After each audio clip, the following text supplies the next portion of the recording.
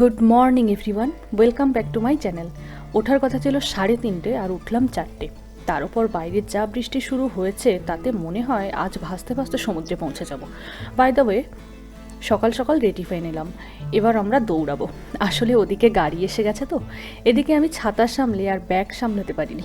350 টাকায় বেশ বড়সড় গাড়িটা পাওয়া গেল। 6-7 জন একসাথে যাব, একটু বড় গাড়ি নিতেই হতো। এবার সব মহাপুরুষগুলোকে তুলতে তুলতে যাব।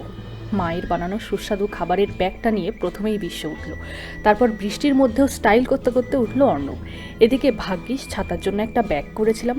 যাই হোক, ঘুরতে যাওয়া হচ্ছে, সবার মুখে কি হাসি। কিছুটা এগিয়ে পেয়ে গেছি এই যে আমাদের গ্রুপের চার্মিং পার্সন। কাকিমা এসেছে সকালবেলা মেয়েকে ছাড়তে। সবাইকে টাটা বাই বাই করে 100টা দাঁত বের করে আমরা দন্ত প্রদর্শনী করতে করতে প্রথমেই পৌঁছে গেলাম কলকাতার মিনি মন্দারমণি।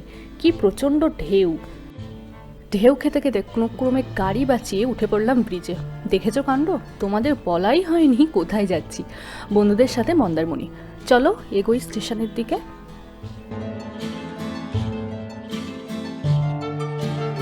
কথায় বলে না, বেশি হাসতে নেই। অমনি একটা ভয়ানক কাণ্ড ঘটে গেল, একেবারে লোমহর্ষক।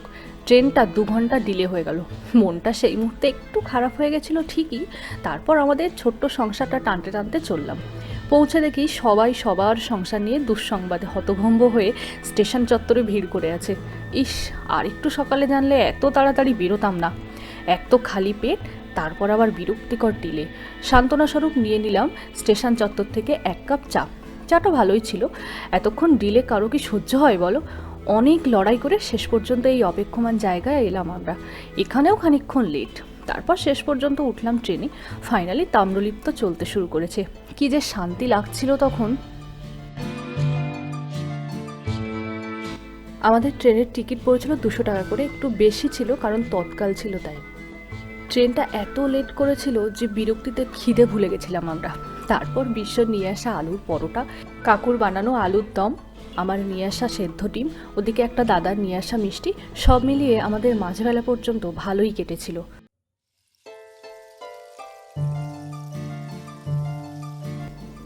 তার মধ্যে চলে এলো ক্লিনিং করতে।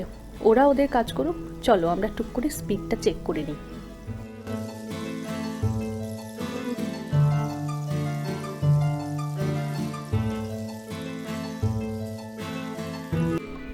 আমরা কাঁথি স্টেশনে নেমেছিলাম। এখান থেকে গাড়ি করে যাব রিসর্টে।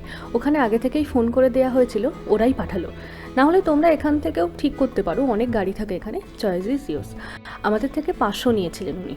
উঠতে উঠতে চাউলখোলা পৌঁছে গেলাম। আরও খানিকটা গিয়ে স্বপ্নে দেখা ড্রিম বাসন্তী।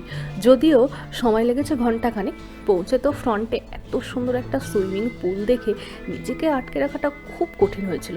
আরে দাঁড়াও দাঁড়াও, সব ডিটেলস দেবো, ওয়েট করো নেক্সট ভিডিওর জন্য, নাকি না হলে নিজেরাই বোরিং হয়ে যাবে লম্বা ভিডিও দেখতে দেখতে। টাটা।